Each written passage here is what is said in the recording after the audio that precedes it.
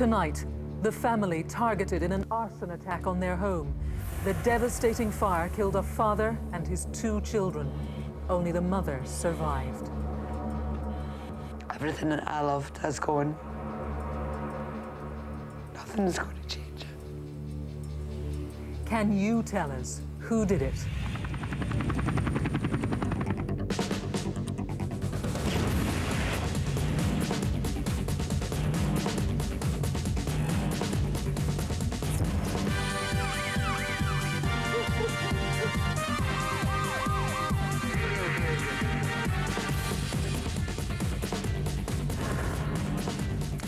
Hello and welcome to Crimewatch. We're going to have more on that dreadful arson attack in just a moment. But first, a look ahead to tonight's other appeals. As ever, we've got a studio just full of detectives waiting to take your calls. Amongst them, officers from the Royal Military Police. They're here to find anyone who might have witnessed the appalling rape of a teenage girl on a military base in Germany. It happened back in 1974. Later, we'll have some great news on convictions as a direct result of your calls to us. They include these thugs who attacked and stabbed a shopkeeper in North London. And Rav is here with lots of new wanted faces and his CCTV. Yep, we've got people wanted for drug dealing, armed robbery and even defrauding a pensioner of her lottery winnings, plus some incredible CCTV, including this guy who fought back against thieves raiding his jewellery shop. And we'll also have a reconstruction of the moments leading up to the rape of a young woman in Waltham Cross in Hertfordshire. He was like asking me what's wrong and that, talking like he actually cared. I just couldn't believe it happened.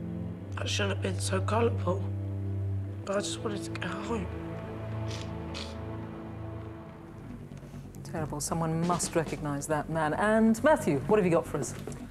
Well, it's the inside story of how detectives caught the sadistic hair-in-hand killer Danilo Restivo, who placed strands of another woman's hair in the palms of his victim.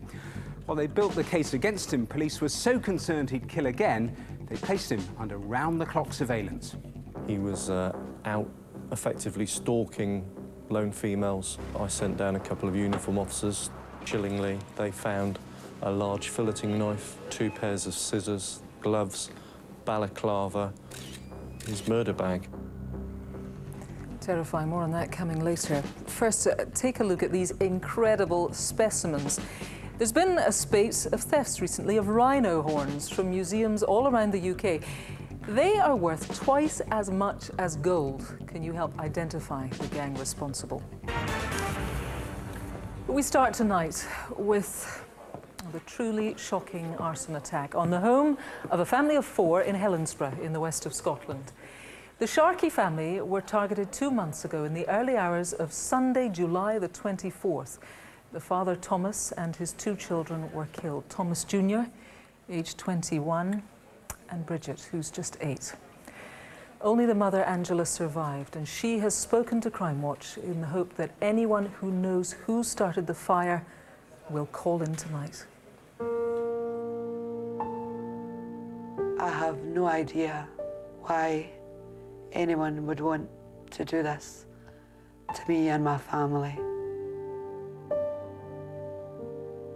It's just so unfair that they're gone.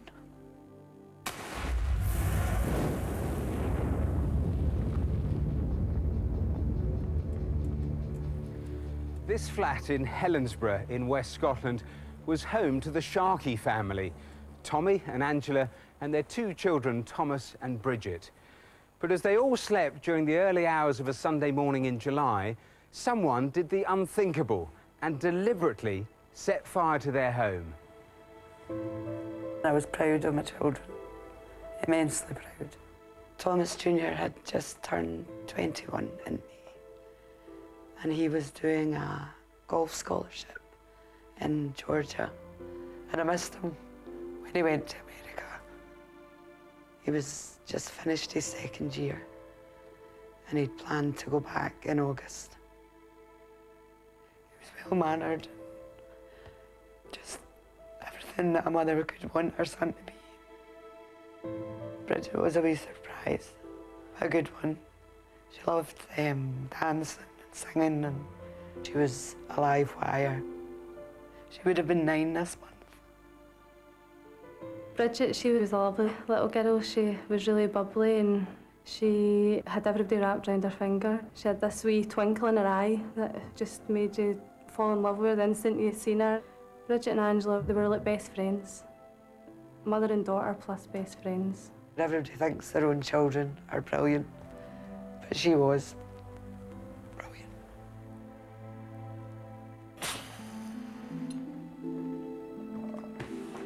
The day before the fire, young Thomas had been to golf. All right, Mum? So he was at home, as I was. Bridget had gone to her wee friends for a sleepover. You win again, did you, son? Aye, 5 under 5. It was just quite a normal day. A wee bit late, still wait up, all right? They were a great family.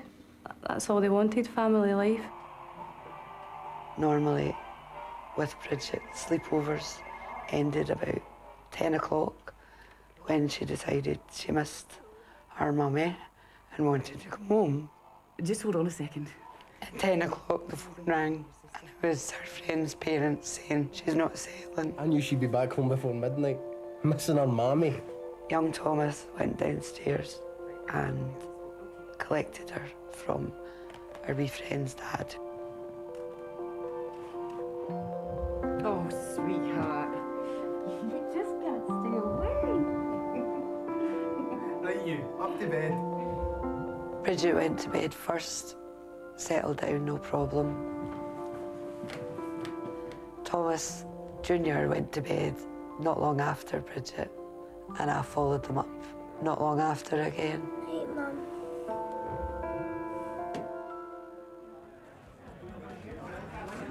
Their father, Tommy Sr., spent the evening in his local pub. He left after closing and would have got home at around 1 a.m.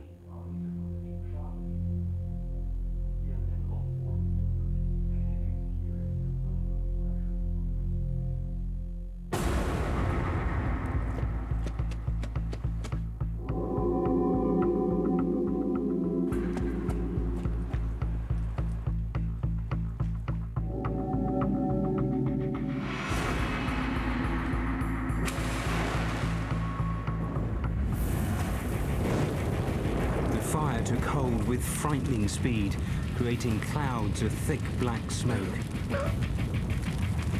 The staircase next to the front door acted like a chimney, funneling the toxic smoke into the children's bedrooms.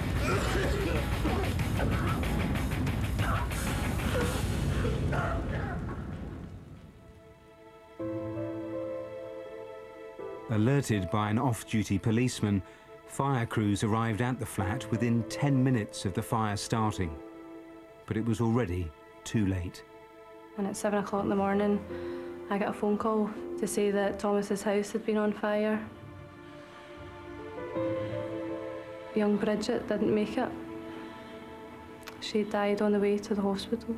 And young Thomas, he was pronounced dead at the scene. My whole body inside was shaking because it's so hard to take in. Tommy Sr. managed to get out through a first-floor window, but he died just a few days later from pneumonia caused by breathing in the smoke. Angela was found unconscious in her bed. She was taken to hospital, where she lay in a coma for 2 weeks. I don't remember any fire, shouting, anything. I went to bed. End of story. Detective Superintendent Peter McPike is leading the murder investigation. Peter, we're inside the flat where the Sharkies used to live. I mean, the damage is colossal.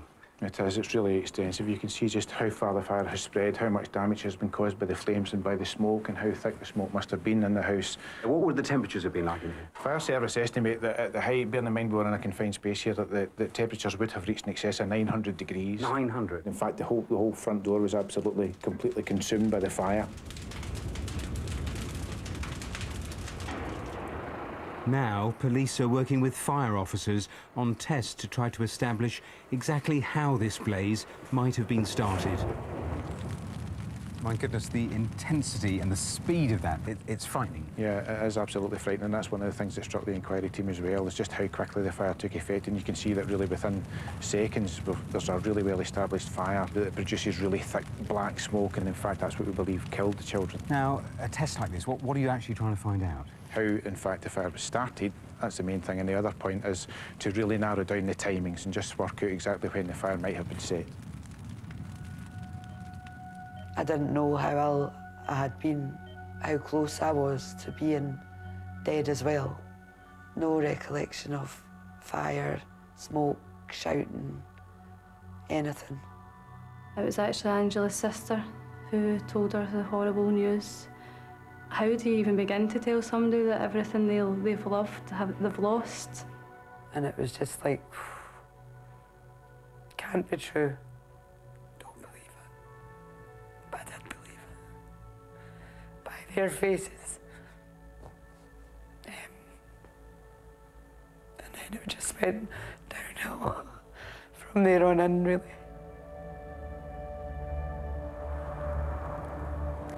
It's now 2 months since the fire, and detectives are urgently trying to trace several potential witnesses who were seen in the area at around the same time as the fire was started. At 4:43 a.m, a man was seen on CCTV walking down John Street towards the Sharkeys' flat. 24 minutes later, at 5:07, what looks like the same person walks back the other way. At around the same time, a van driver saw a man walking from West Princes Street up what's known locally as Rowett's Lane.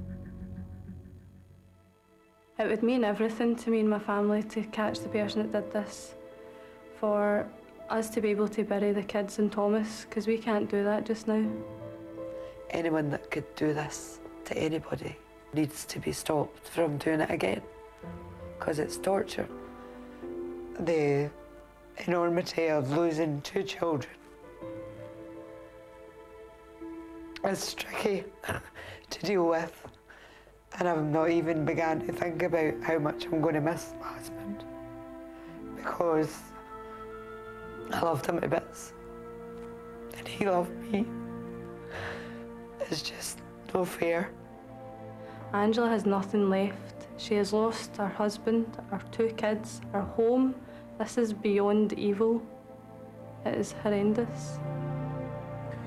This arson attack has devastated a family, killing a father and his 2 children. What police need to know now is why. It's still sinking in. I've got to face it, but it'll be made easier if somebody can explain to me why they felt they need to go this far. Everything that I loved has gone. Nothing's going to change it. Everything she loved is gone.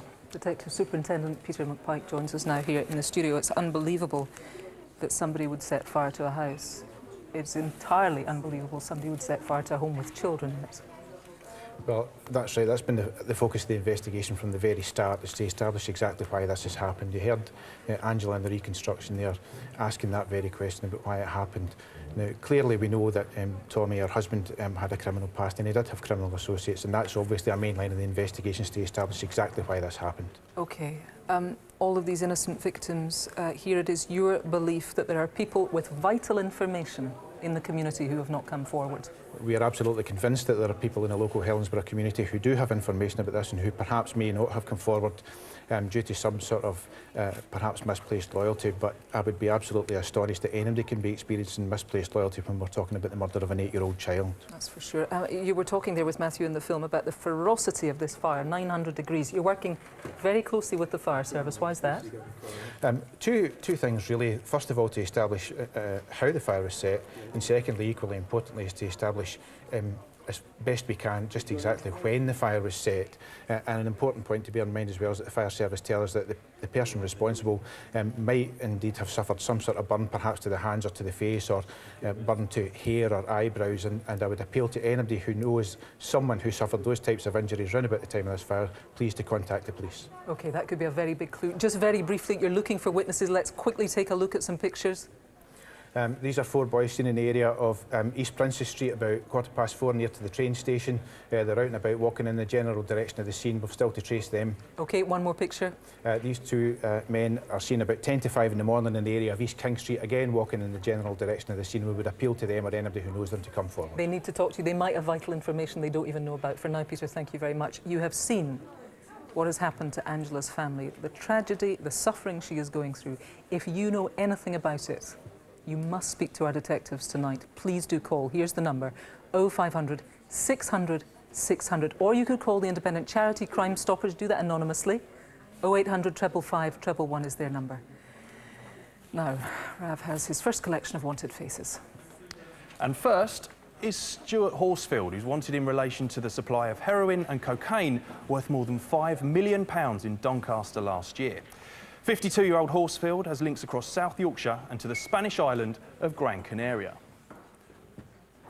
Next is a man known to some as Abdallah Imensa, but he also uses various aliases. The 50-year-old is wanted in connection with a repeated rape of a young girl which dates back more than 10 years.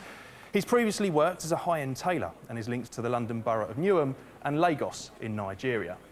Now, police urgently need to trace these 2. This is Kirk Trevor Bradley and Anthony Tony Downs. They escaped from a prison van in Manchester in July. At the time, the pair were standing trial at Liverpool Crown Court. Both have strong Liverpudlian accents, and Bradley has a scar on the left side of his face and several scars on his right hand, while Downs has a 2-inch scar on his right cheek. Both are considered dangerous and should not be approached. If you see them or know where they are, call police immediately. Now, all of tonight's wanted faces are on the website, bbc.co.uk/Crimewatch, and if you know where they are, 0500 600 600, or you can text 63399 crime space and then your message. Now, on to a very unusual case. It stretches back to the 1970s, to the city of Detmold in Germany.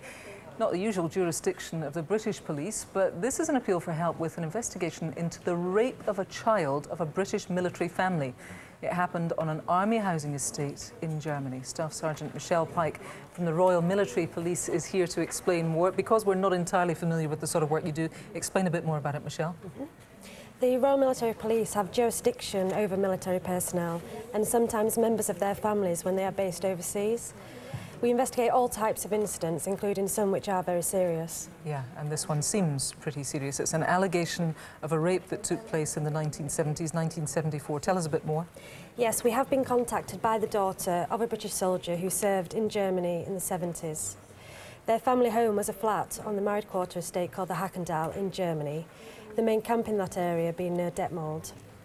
The victim was a teenager at the time, and she has told us that in 1974 she and a female friend were babysitting for another British military family on the estate. During the evening, 4 British teenage boys came round to the flat. She let them in, but then they raped her. Unfortunately, the attack did not come to the attention of the authorities at that time. OK, it's probably worth letting people know tonight, Michelle, that the victim has only come forward now because her parents have passed away. Very courageously, she's spoken to us and she describes what happened. It was jovial. It was fun for them. Without any fuss, within a few minutes, they carried me through to the bedroom, left my friend in the living room with the door shut. They stripped me off to a pair of trainers and then, one by one, took turns to have sex with me. So, Michelle, your appeal tonight is for possible witnesses, yeah? Yes, we would like to locate the female friend of the victim who was in the flat while the attack took place. Some years later, we do understand that she approached the victim and apologised for not doing more to help. Okay. Sadly, the victim has now lost contact with a friend, and so we would like to locate her and find out what she saw. Okay. We are not linking her at all to the offence. And you're also looking for any teenagers who might have heard about the attack? Yes, we would also like to speak to any other teenagers who may have been told about what happened or who were also there to come forward. OK, for now, Michelle, thank you very much. If you know anything, please do call us tonight. You know the number. It's 0500 600 600. And indeed, if you've been a victim of crime, there is the victim support line. They're always there. Here's the number, 0845 30 30 900. Now, Rav's got some CCTV for you to take a quick look at. And we start in Edinburgh. This is Waverley Railway Station in December 2009. Take a look at this pair making their way towards the station platforms. As the woman reaches the top of the escalator, she inexplicably presses the emergency stop button. As the escalator comes to a sudden halt, a female pensioner is catapulted forward and seriously injured as a result. The woman who hit the button looks down, sees what's happened, and hurries off. The pensioner broke both her wrists and is now disabled. We need to find the woman responsible and her mate, so tell us who they are tonight. A Thursday night in June this year, outside the Portrait Public House in Sidcup in Kent. A group of people are chatting and smoking outside. The guy in the white trainers fancies himself as a bit of a boxer, playfully punching one girl and showing off his moves. But things turn nasty when he suddenly lashes out at one of the men. The force of the punch broke the victim's jaw in 2 places. Were you there that night? Or do you know who this man is? Name, please. A gang of 4 masked men burst into the Kampala jeweller's shop in Leicester just over a week ago. They smashed the display cabinets with hammers, grabbing handfuls of gold rings. But the owner isn't giving up his stock easily and fights back with a baseball bat, chasing them out into the street and damaging their top-of-the-range getaway van. They nicked 30 grand's worth of jewellery and need to be found. Who are they? And that footage is all on the website. And if you know who any of them are, call 0500 600 600 or text 63399. Type crime, space, and then your message. OK, it's time now for some updates on cases that we featured previously. First, excellent news on an appeal from February, the terrifying sexual assault of a young woman in Manchester city centre last October. We showed you this CCTV of the man seen following her that night. And after seeing himself on the programme, 26-year-old Dominic Hill of Burnage handed himself in. He's now been sentenced to 5 years and 4 months in prison for that attack. In May, we showed you this CCTV of a female bus driver being punched in the face at London's Euston bus station. The suspect also saw himself on the programme and handed himself in. He's 19-year-old Jawan Hassan from Orpington in Kent, and he was given a 4-month suspended prison sentence and has been electronically tagged. Great result. Now, almost a year ago, we featured an armed robbery in Cumberbatch in Cheshire, during which a postmaster was seriously hurt. Well, last month, a 28-year-old man appeared in court charged with violent armed robbery. We will, of course, let you know how that one progresses.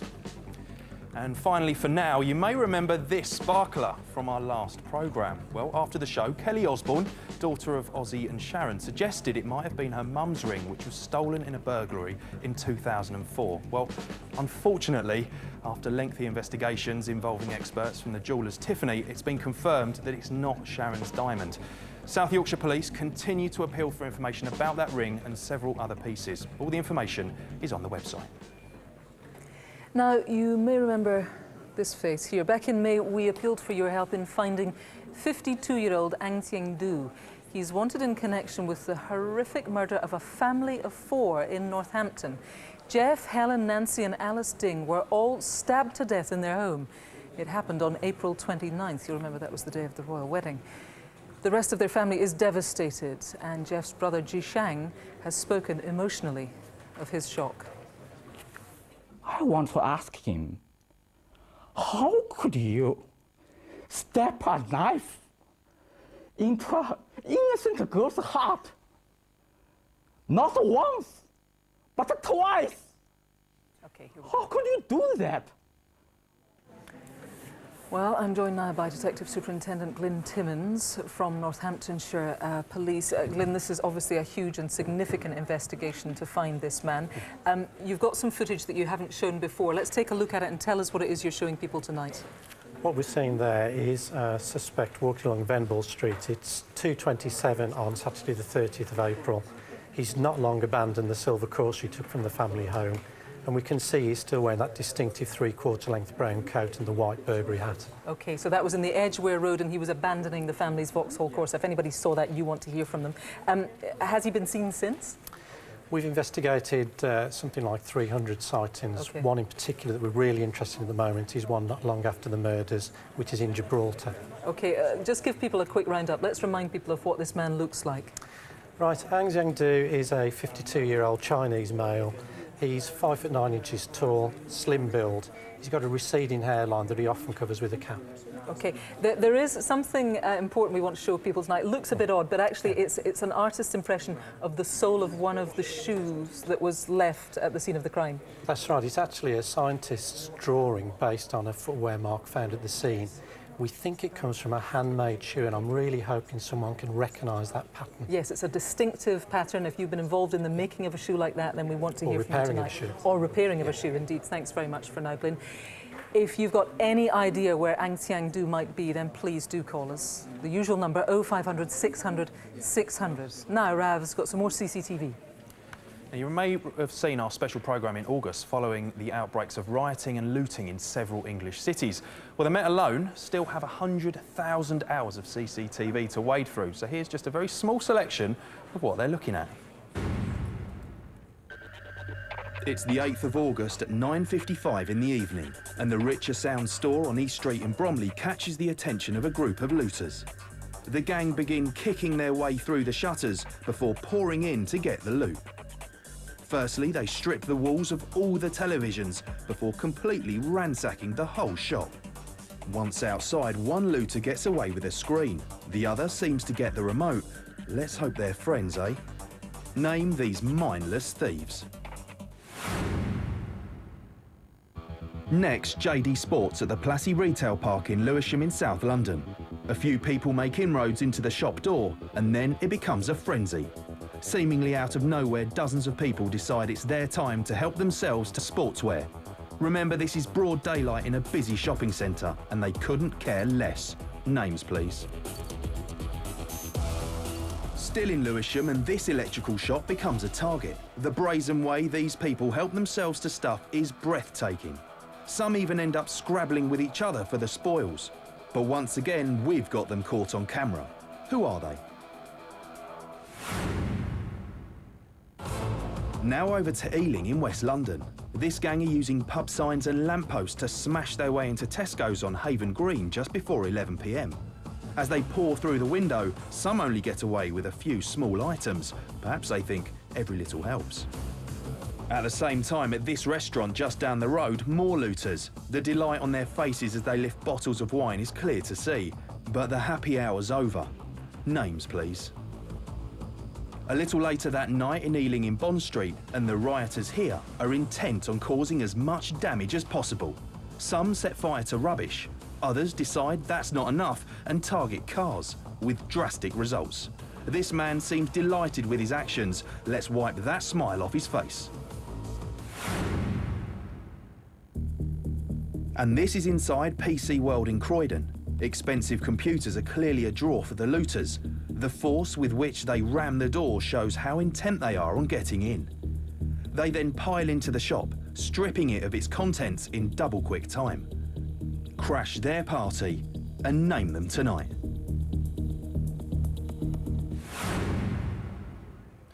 And individual still images of everyone caught in that CCTV are on bbc.co.uk/Crimewatch. If you know them, call the usual number 0500 600 600, or you can text 63399, type crime space and then your message. Right, still to come tonight. The young woman who didn't have enough cash for a taxi home and accepted the help of this man. They were in the centre of Waltham Cross when he led her into an alley and raped her. Rav has also got lots more CCTV, and Matthew has the latest of his films on how a major case was solved. Yes, police long suspected that this man, Danilo Restivo, had brutally murdered and mutilated 48-year-old mum of two, Heather Barnett, leaving strands of other women's hair in her hands. But it took nearly a decade before they had enough firm evidence to charge him. Several victims of his strange fetish responded to a Crimewatch appeal, and their evidence, along with developments in forensic technology, would prove to be Restivo's final undoing. Also, can you name the gang raiding museums across Europe to steal rhino horns? They're selling them on for hundreds of thousands of pounds to be used in Chinese medicine. That's all coming up very soon. But first, Matthew has the latest on what's been happening on the phones. Yeah, it's really busy. Let's interrupt Peter investigating that arson attack. I know you've had a lot of calls, interesting calls. We have indeed. We've had several calls suggesting the identity of some of the boys we've appealed for witness for in the CCTV. One caller who phoned in talking about the male in the hooded top walking away from the scene. I'd really appeal for that caller to phone back again. And you've had a name, is that right? We've had a name for one of the boys seen earlier on near to the scene as well. Yes, that's right. And I would really appeal to people to please remember this is the murder of a father and a son and a daughter. Peter, I can see that your phone is going again. I'll let you get away. Thanks very much. Rav, over to you. Thanks, Matthew. Time now for some more wanted faces. And first of all, we've got Robert Worrell, who police want to speak to in relation to an armed robbery at a Sainsbury's in Bexleyheath in Kent at the end of last month. 32-year-old Worrell has links to Woolwich, Thamesmead and Greenwich and is considered dangerous, so don't approach him. Just call police. A reward of up to 10 grand is on offer for information leading to his arrest and prosecution. Next is Archibald O'Doom. The 59-year-old is wanted in connection with GBH committed against his ex-partner. O'Doom also has links to Thamesmead as well as Barking and Stoke-on-Trent and is considered a danger to women. If you know where he is, call us right now. Number 7 is Stephen Paul Carroll. The 32-year-old is sought after absconding from prison and is wanted in relation to serious offences in the northwest of England. He's from the Huyton area of Liverpool and may still have connections there. He's considered to be dangerous, so if you see him, call the police immediately. And lastly, over here is Mohammed Reza Bashiri. He's been convicted of trying to defraud and blackmail an 83-year-old pensioner out of her lottery winnings. 40-year-old Bashiri, an Iranian national, has links to Birmingham and the Southwark and Queensway areas of London. Let's hope we get a lot of calls about him tonight. So, 0500 600 600 if you recognise any of them, or text 63399, crime space and then your message. And remember, they all stay online until they're caught. Now, in July, a young woman was on her way home from a night out with friends, and she got a night bus from central London to the Hertfordshire town of Waltham Cross. What she didn't realise was that one of her fellow passengers would go on to rape her.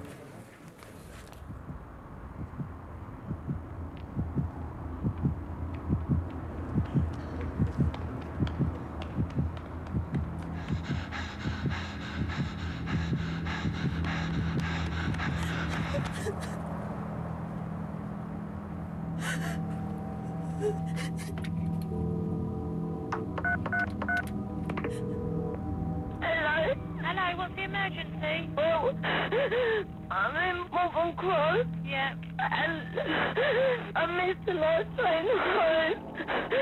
Right. And there's some man. What did he do? He just raped me around the back of the shop and then Alright. This is Waltham Cross in Hertfordshire, a commuter town just outside the M25, a few miles north of London. Late at night, it's fairly quiet, apart from a few people using the night buses that come in from the capital. In the early hours of the 4th of July, one of these passengers was a 20-year-old woman. Short of cash and unsure of the area, she relied on strangers offering her help to get her home. It was a decision she bitterly regrets. That day, my friends rang me to see if I wanted to go out with them, so I went to London to meet them. I thought the last train was 12:30, but it was at 11:30, so I missed the last train back. Single to Waltham Cross? Someone suggested that I could get the bus back to Waltham Cross, which would get me closer to home. The bus journey was just a normal bus journey, just like nothing out of the ordinary. Waltham Cross is the last stop on the bus, so I got off there. Unsure of what to do next, she asked the driver for help. Hi, do you know where I can before approaching a taxi to find out how much it would cost to get home. It was 30 quid, but I only had £10 on me. I didn't have a bank card and my phone had no credit. There was no buses. I didn't know what I was going to do. Becoming distressed as she realised she had no means of getting home, the woman was unaware that someone was watching her every move. This man had been on the same bus, but instead of carrying on his journey, he hangs around, watching as she grows increasingly upset. OK, thanks. I'm sorry. CCTV footage shows the man standing on the pavement, watching as she speaks to the taxi driver.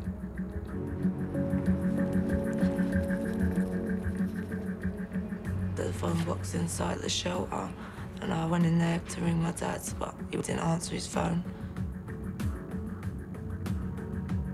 After she enters the bus terminal, he stands in the doorway, watching intently as she searches her bag.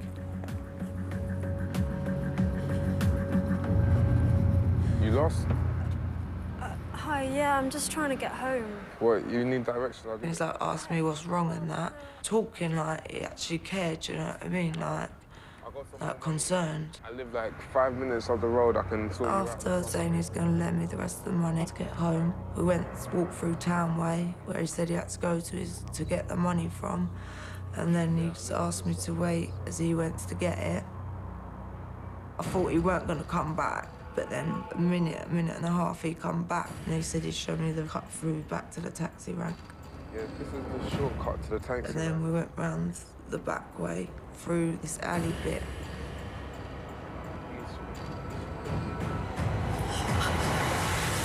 Be quiet, yeah, and this will be over quickly. Yeah?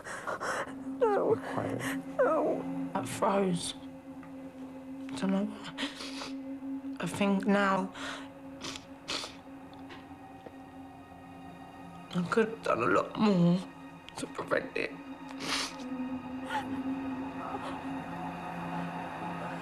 But literally, it was over with like a minute and a half, and then it just ran off.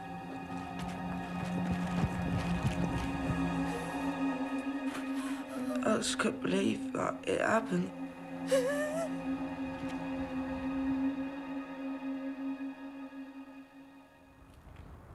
He raped her here, just off the high street, before disappearing. Were you in the area that night? Did you see which way he went? When the victim was sure he was gone, she made her way through Lodge Crescent and out onto the high street to call the police. I didn't know exactly where I was, and that I went straight to the phone box, rang the police.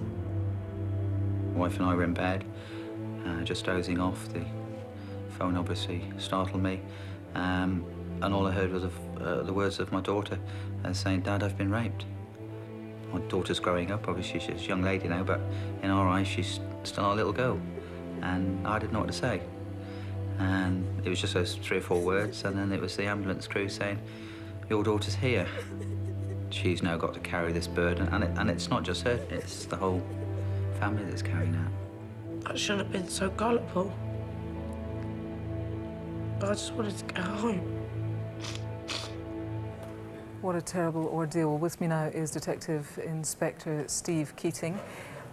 This poor young woman, obviously she's berating herself for ever trying to take advice and help from this man. That's right. She was attacked when she was extremely vulnerable. She was taken advantage of by someone knowing that she had no means of getting home and must be caught tonight. Yes, he must be. He's a very dangerous man, Steve, and the good news is that we have got some very important and very clear CCTV pictures of a man. Yes, that's right. It was taken from the same bus that she was travelling upon. It was the N279 from central London to Waltham Cross. He got on the bus at Tottenham High Road at approximately 12:45 a.m. He used a Oyster card to pay for his journey. Right. It's unregistered, and it was later topped up at a newsagent in Waltham Cross at the Pavilion Shopping Centre. OK, the good news is that what this guy is wearing is incredibly distinctive. Let's just take a closer look at this bright green T-shirt. That's right, it's a distinctive G-Star T-shirt, and he was carrying a JD sports bag. Yes, both of those things really distinctive. You would remember this bloke. That's right. You also have CCTV that sort of tracks the journey of these 2 people through Waltham Cross. That's right, he was hanging around at the bus station, and while she was trying to find a way of getting home. That was about 1:25 in the morning.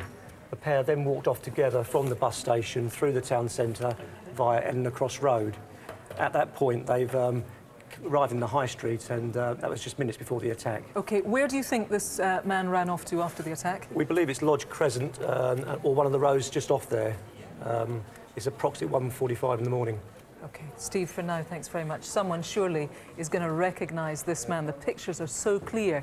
If it's you, I would urge you to call now, 0500 600 600. Again, if you've been a victim of crime, the victim support line is 0845 30 30 900. I have to tell you that I'm being told we've had a vital call tonight that's come in to our team about the Helensburgh arson.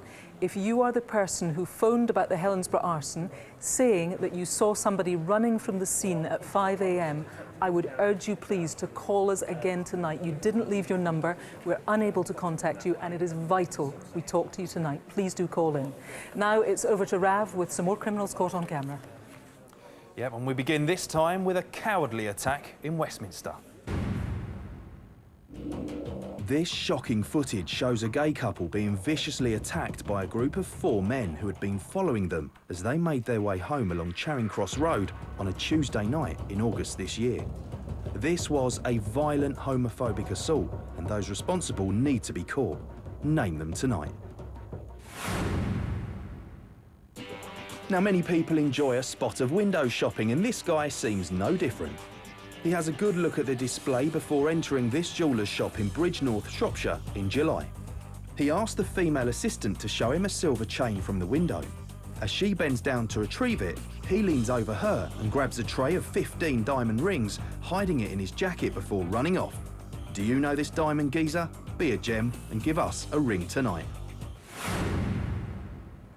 You know what to do, 0500 600 600, or you can text 63399, type crime space and then your message. Busy night. OK, now some more news on previous appeals. Well, we start with a development in a case we last featured 3 years ago. 17-year-old schoolgirl Shafila Ahmed's body was discovered by workmen on the banks of the River Kent in Cumbria in February 2004. She'd been missing for 5 months. Well, earlier this month, Shafila's parents, who deny any involvement, were arrested and charged with her murder. The court case is likely to take place in the new year. In April last year, we showed 20-year-old Amrullah Hafeezi was wanted for the violent rape of a woman in Liverpool in 2009. Well, as a result of your calls, he was eventually traced to the Italian island of Sicily and brought back to stand trial. In June, he was convicted of rape and jailed for 6 years. Another great result. Finally, news of some CCTV from January's programme. It showed 2 men violently attacking the owner of the Gonka mini market in Finsbury Park in North London with a knife and a gun. Well, thanks to Crimewatch viewers, the 2 attackers were identified as 20-year-old Levi Ingram and 16-year-old Denzel Sasser. Both pleaded guilty in July, with Ingram receiving a 9-year prison sentence, Sasser 6 years. An excellent result. Now, just take a look at this. It is the head of a black rhinoceros. It was shot in Kenya back in 1923. Pound for pound, would you believe it, its horns are worth almost twice as much as gold.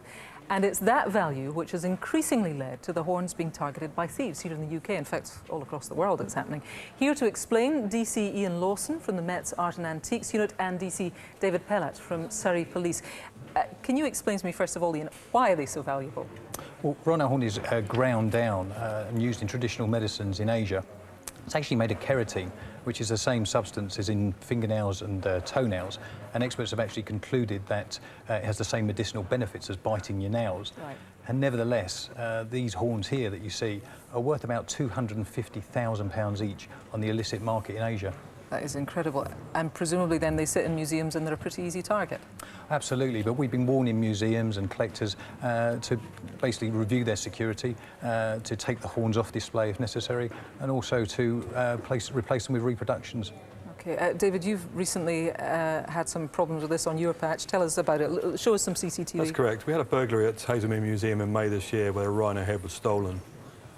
We have CCTV footage of the offenders breaking in, going to a display cabinet and then making off with the rhino head. That's extraordinary. How long were they actually in the museum for?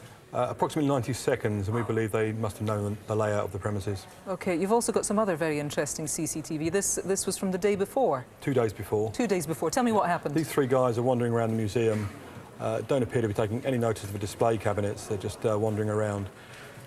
Don't know if these men are involved, but we would like to speak to them. Yeah, so if anybody recognises them or the men themselves would like to come forward, you would very much be interested to talk to them.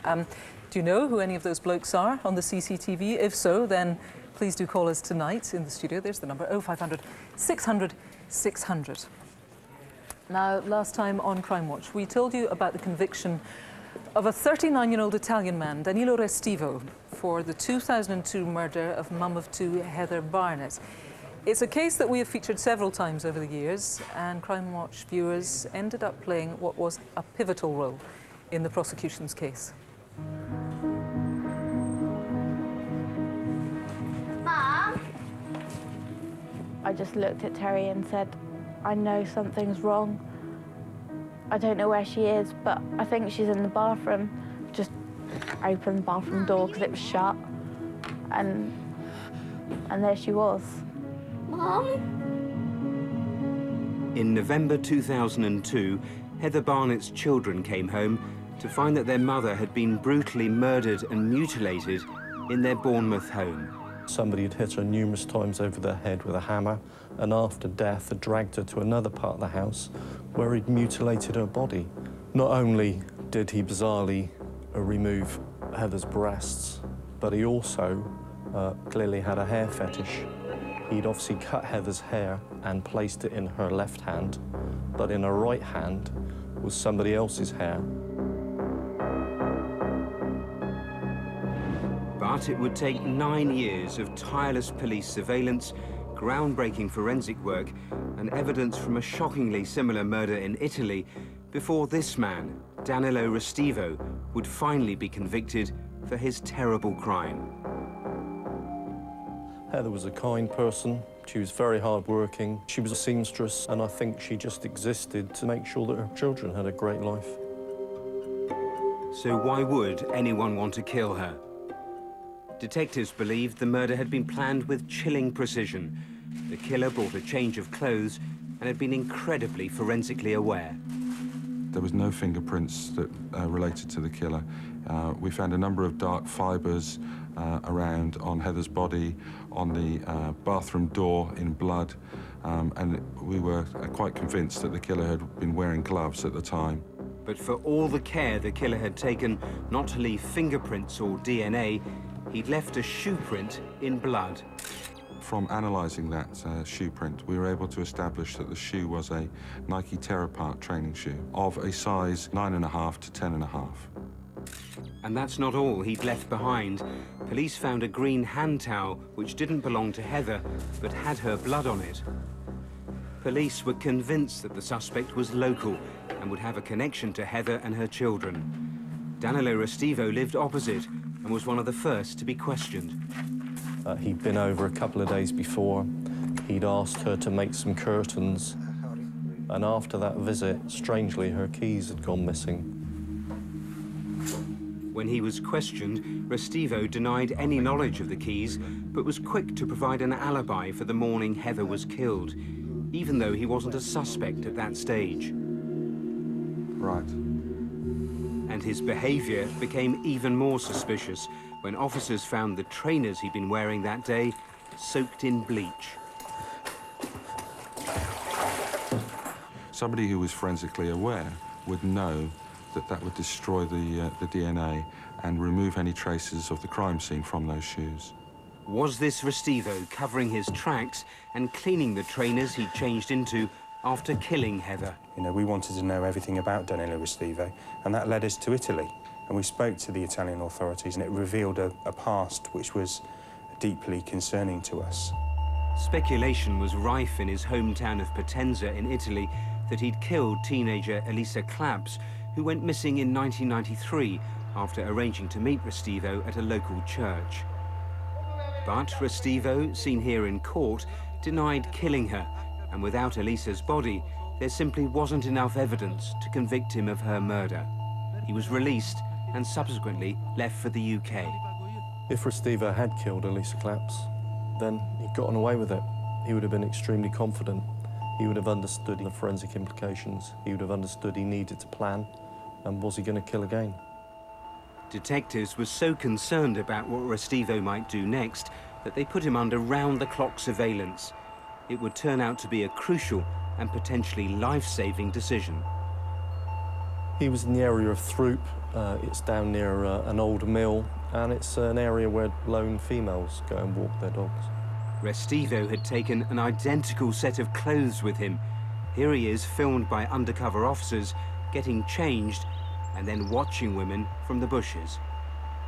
He was out effectively stalking lone females, and his actions were very predatory. But in the end, Restivo seemed to get spooked and went home. So the next day, I was back in my office, and again there was that phone call from the surveillance team saying, "Boss, we're really, really worried this time." What's he up to? So I made a decision that we would intervene. We still wanted to carry on our covert tactics, so I sent down a couple of uniform officers to ask him some questions under the pretext that there'd been thefts in the area. I stayed on the phone, and I knew that they'd approached him. They'd asked to see what was in his bag and what was in his car. Chillingly, they found a large filleting knife. They found 2 pairs of scissors. They found gloves, balaclava, wipes and tissues. Effectively, his murder bag.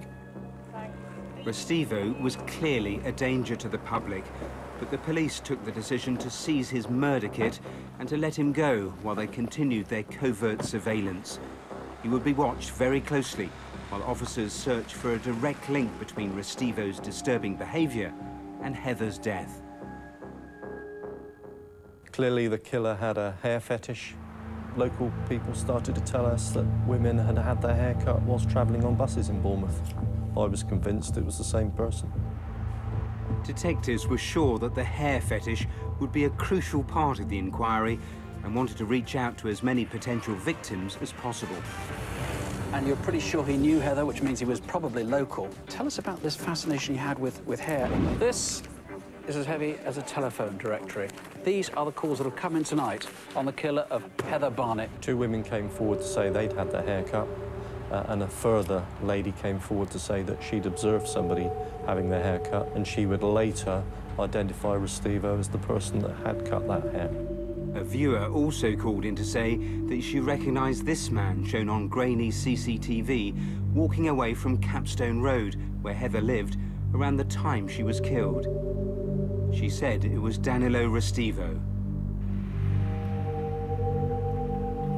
This previously unseen Crimewatch footage shows the moment Restivo was arrested and questioned about the hair-cutting assaults in November 2006. But it would be another 3 years before breakthroughs in forensics would mean they could charge him with Heather's murder. I was always waiting for that call for someone to tell me that the offender's DNA had been found on the towel, and eventually it did. Scientists using a new technique had been able to extract a partial profile of the killer, and it was a positive match to Restivo, with a 1 in 57,000 chance of it belonging to anyone else. He'd taken that towel with him to wipe Heather's blood from his hands. Everything else had been, he thought, meticulously planned, but he left one thing behind. When Restivo was questioned, he stuck with the story that he had taken the towel over to Heather as a colour match for the curtains. No one believed him, and when a new technique was used to examine his bleached trainers, more damning evidence came to light. Almost immediately that the scientist sprayed the inner sole of these trainers with the chemical, it came up purple, which really showed that Restivo had put blood-stained feet into those shoes. Then, in March 2010, another piece of the puzzle fell into place. Italian police, who'd been conducting a review of the Elisa Claps case, finally found her body, mummified in the roof of the Italian church, where she'd gone to meet Restivo 17 years previously. We believe that Danilo Restivo had taken Alicia Claps into that roof space, sexually assaulted her, brutally stabbed her, and during that process had cut her hair very similar acts that had occurred during Heather's murder. In May last year, with now convincing forensics and special permission to use the new evidence from the reopened Italian investigation, the police again arrested Restivo, this time for murder. During the trial, Restivo finally admitted that he had got a hair fetish. There he was in the court, facing the jury, saying, yes, I'm a weirdo. I like cutting hair. I get some sort of gratification from it. The jury returned a unanimous verdict after just 5 hours. He was jailed for life for Heather's murder, and the judge made it clear that he was sentencing Restivo as if he'd killed before. You know, he's a brutal individual. I don't think we'll ever get into his mind. Unfortunately, we weren't able to prevent Heather Barnett's murder, but we did prevent further murders, and Danilo Restivo is in the right place for the rest of his life. Horrific. Matthew, Heather's children were 11 and 14 when they found her body. Yeah, the murder, the mutilation, the way that Restivo had almost designed the crime scene so that Heather would be found by her children, it's beyond belief. In her victim impact statement, Heather's daughter Caitlin described the nightmares, the flashbacks that she suffered, and said it was several years before she could accept the help of a child psychologist to help her cope with what she'd seen and what had happened. And the hair, so odd. Yes, he was a sadist, a sexual predator, and the hair thing was all part of that. When detectives searched his house, they found clumps of hair hidden in his wardrobe. I mean, he was a time bomb. The police recognised that. That surveillance operation that you saw probably saved the lives of other women. But the science here was absolutely crucial because Restivo was incredibly forensically aware, but he had no idea how those techniques would develop and ultimately trap him just years later. And what about this poor young girl, Elisa, in Italy, the mummified body in the church? Well, the Italians want to put him on trial for that murder. The extradition proceedings have already started. I mean, everything about this case is grim, apart from the fact they caught him and that he'll never be released from prison. And also one thing that Caitlin said. She said that she refused to just sit there and be sad, and she and her brother Terry were determined to grab every opportunity in life and be adults that their mum would be proud of. So Restivo took virtually everything that was precious from them, but not their strength and not their spirit. We wish them all the best in that, Matthew. Thank you very much indeed. Right, it's time for a last quick update from Rav. Thanks, Kirsty. We've had some good calls coming in already. First of all, with Helensburgh, we've had 4 names now suggested for the arsonist that led to these 2 youngsters losing their life so tragically. We've also had some potential witnesses, possibly named from the CCTV that we appealed from, so hopefully we can identify some of those. We do need that caller desperately to phone back that Kirsty appealed for earlier. Waltham Cross, we showed you this man concerned in a rape. We must have more information on him. If you can possibly help, do please get in touch. OK, that's everything for now. There's lots more on the website, bbc.co.uk/crimewatch. If you need to see anything again, all the reconstructions and CCTV are also now viewable on your smartphone or on your tablet. The lines stay open until midnight tomorrow, so you've still got time to help. We're going to be back again in 35 minutes after the news with the very latest on what's come in tonight. If you called from Helensburgh on the arson, if that was you, call back now.